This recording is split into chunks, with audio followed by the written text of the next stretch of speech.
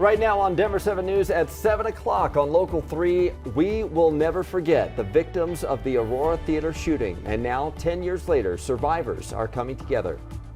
There's a lot of love, even between the people who don't know each other. We all feel like a sense of togetherness. How events this week will give the community an opportunity to reflect and heal. Plus, some of the bystanders injured in a Denver police shooting are now considering legal action. When you add the levels of intoxication and alcohol to an already dense and tense environment, it only exacerbates the issues.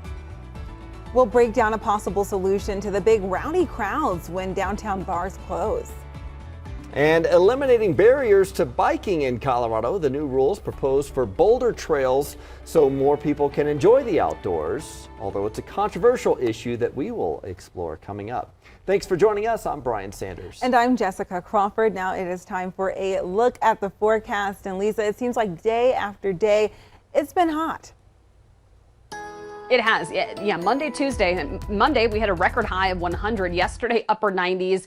Today's going to be about 3 to 5 degrees cooler. We're starting off this morning in the 60s. So speaking of trails and biking and getting out for a walk, it's going to be a better few hours to do it this morning. It's not going to heat up as fast. Yesterday, we started off in the 70s. We're going to get into the 70s, but likely here within the next hour or two, and then near 80 by about 10 o'clock. Highs will be right around normal for this time of year. Low 90s expected here in town. Denver right around 93, Erie 93, Evergreen you're going to be at about 82, upper 70s near Estes Park where we've been well into the 80s here over the past couple of days. More storms are going to roll through. Like yesterday, you're going to get a buildup of cloud cover, cooler conditions, and a little rain, lightning, and thunder. We'll take a closer look at this statewide futurecast coming up. All right, and 3 problem spots to tell you about. I've got an eye on a crash on I-25. This is just south of Thornton Parkway. It's impacting southbound lanes, really the right-hand lanes if you're headed southbound. I do want to pull up our CDOT camera that's in the area. Now, a little while ago, the 2 cars that were on scene were able to leave, but that tow truck is still there, and so that's what's causing the slowdowns at this hour. It did actually go to the shoulder of the road, so that should help things out. We'll go back to the map, show you another trouble spot here. This is at I-70 in Havana, impacting westbound lanes. There's a car that's partially blocking the right-hand lane if you're headed westbound, so something to keep in mind. And then south of town, we have a crash here at I-25 and Yale, so that's also impacting southbound lanes. Again, traffic map is getting really busy, but those are the areas you should try to avoid at this hour. Well, today marks 10 years since a gunman opened fire on an Aurora movie theater, and overnight dozens gathered to remember the 12 victims at a vigil outside of Aurora City Hall. We also heard from former Aurora Police Chief Dan Oates, who led the department back in 2012. Any community that's been through this has a different perspective, and it's a very powerful perspective. All of us were seared by that experience. You know, I would tell the cops we're all victims. All of Aurora was a victim that night, and it forever changes a community. There are more events planned for this Saturday. They include a 5K run to raise money for a scholarship. There's also a reflection ceremony at 1:30 to read the names and honor the victims. At 3 o'clock, there's a free community event with food trucks, music, and more. And then at 7:20, there will be a special art presentation. State Representative Tom Sullivan joined Congressman Jason Crow to speak in support of stronger gun laws. Sullivan's son Alex was killed in the shooting. Today would have been his 37th birthday.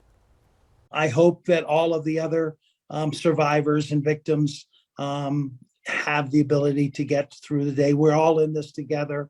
We all have one another to lean on, and I appreciate everybody taking this time to remember, you know, all 12 of the people who were murdered that day, and the 70 others who were injured, and the countless thousands who were impacted, and have to figure out a way to get through each and every day.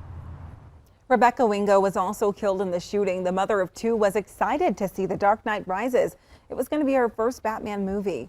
Her friend Marcus Weaver survived. The 2 were separated in the chaos. 10 years later, Weaver still remembers how he found out about his friend's death.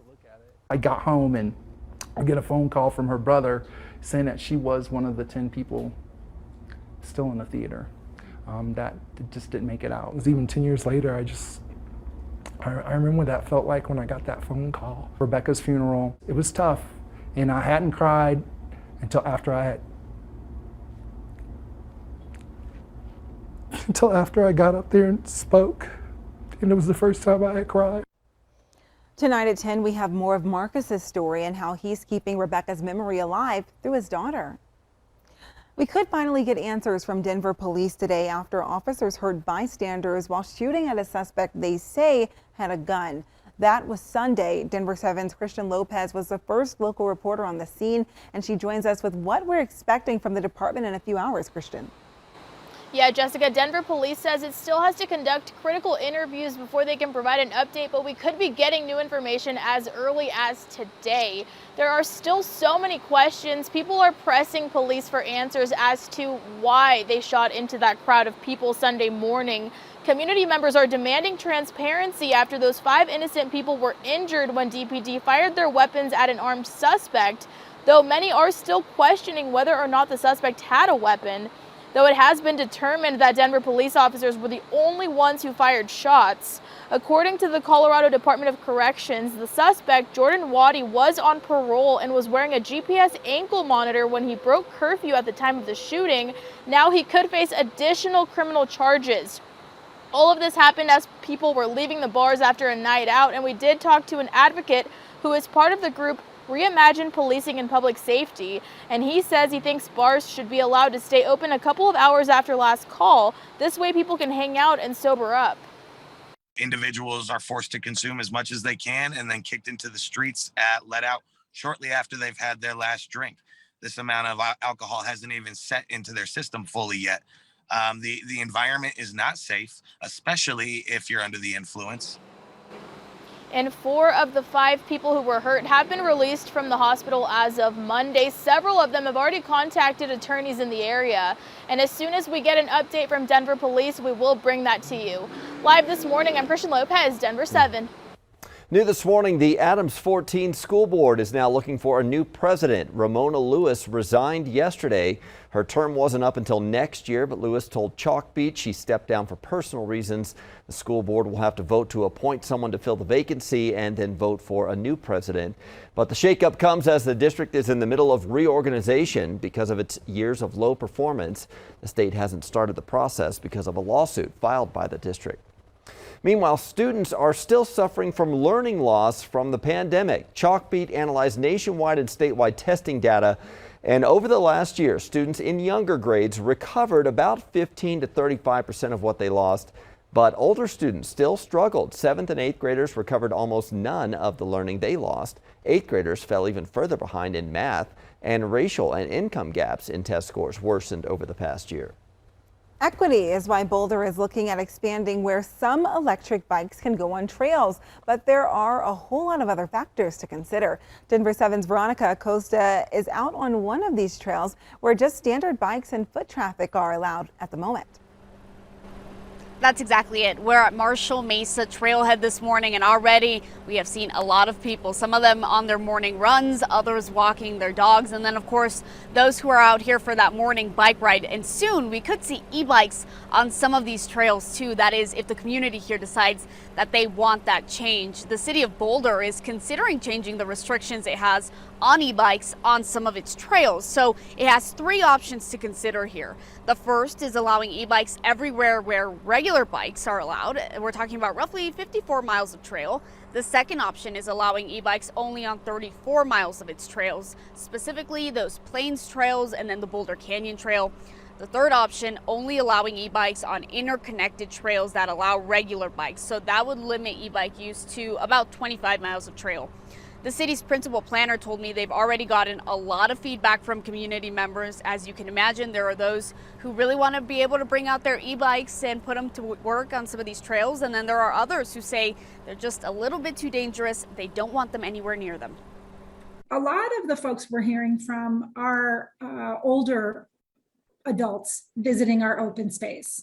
They enjoy recreating on open space, but they've expressed that they've made personal choices to begin to use an electric assist bicycle And the fact that we don't allow electric assist bicycles is a barrier for them to access our open space trails. The concern regards the speed of e-bikes. So if you're wondering what's next in this situation, city staff say they really want your input here. So there are a couple ways for you to do that. You can either do it in person over at the OSMP hub. You can do that today between noon and 2, or you can fill out an online questionnaire. That questionnaire is over on the City of Boulder's website. In Boulder, I'm Veronica Acosta, number 7. Veronica, thank you. Today is the day Bruce Springsteen fans were born to run to the box office.